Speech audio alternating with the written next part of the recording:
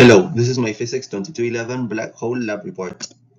The purpose of this lab is to gain a deeper understanding of orbits through two parts. In the first part, I will use a star's motion to estimate the mass of the black hole it orbits. In the second part, I will determine the initial velocity a spaceship must have so that it gets close to the black hole.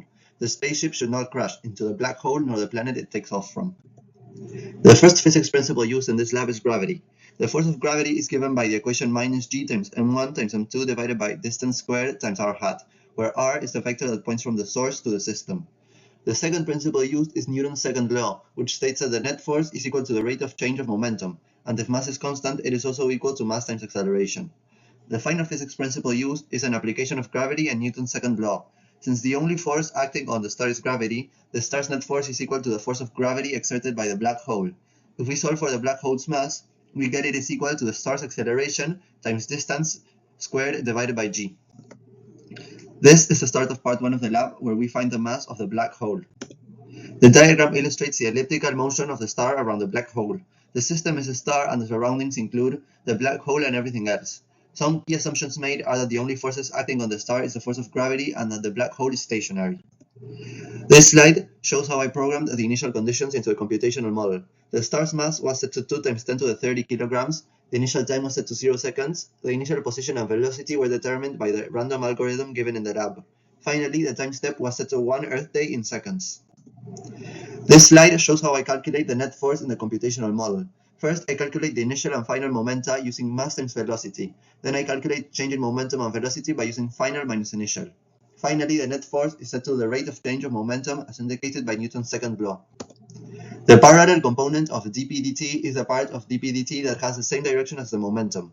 It is calculated by change of magnitude divided by delta t, multiplied by the unit vector p hat.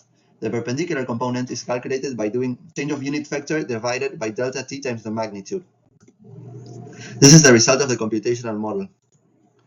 The orange arrow is the net force, the cyan arrow is its perpendicular component, and the purple arrow is a parallel component.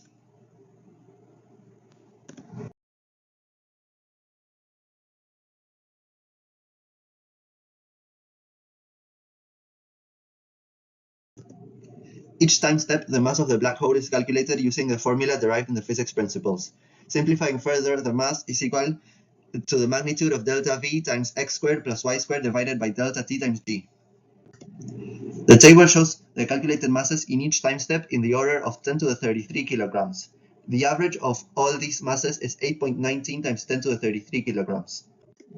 In part 2, the spaceship lands on a planet orbiting the black hole very close to it. The spaceship must take off from the planet and get close to the black hole without crashing into the black hole or planet. The goal is to determine the initial velocity of the spaceship. This is the diagram of the situation. The system is a spaceship and the surroundings include the planet, the black hole, and everything else. Some of the key assumptions made are that gravity is the only force acting on the object and that the black hole is stationary. These are the initial conditions. The black hole is in the origin with the previously calculated mass, while the planet is 10 to the 10 meters to the right and has a mass of 9 times 10 to the 28 kilograms, and its velocity is upwards with magnitude of 7.41 times 10 to the 6 meters per second. The spaceship has a mass of 7 times 10 to the 8 kilograms, and its initial position is just above the planet. This is how I calculate the forces on the spaceship and planet. First, the relative position vectors are calculated. Then the force of gravity is calculated using its formula, and finally the net force is calculated by summing all the forces on the object. After calculating the net forces, the final velocities are calculated using the velocity update formula, and then the positions are updated using the position update formula.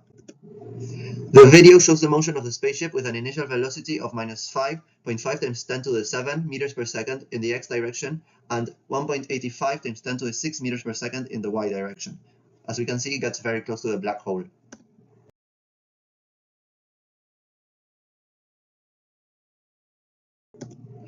Some sources of error include assuming the black hole's position does not change. In part 1, there could be better techniques to calculate the black hole's mass than averaging individual masses. In part 2, when the spaceship leaves the planet, the time step may be too short. More precise results could be achieved by using shorter time steps. The first additional question asks how the net force and its components are different to the rate of change of momentum and its components. Even though Fnet equals dp/dt, the way they are measured or determined is very different. To determine Fnet, you must know all the objects the system interacts with and how it interacts with them. If you know this, you can determine the motion of the object because you know dp/dt. If instead you can measure the motion of the object, then you can determine dp/dt and thus know the net force on the object, which may allow you to determine how specific objects interact with the system. The other additional question is, what if we wanted to orbit the black hole instead of simply getting close and then leaving? With an initial velocity of -2 times 10 to the 6 meters per second in the x direction and 7.5 times 10 to the 6 meters per second in the y direction, the spaceship has an elliptical orbit as seen in the video.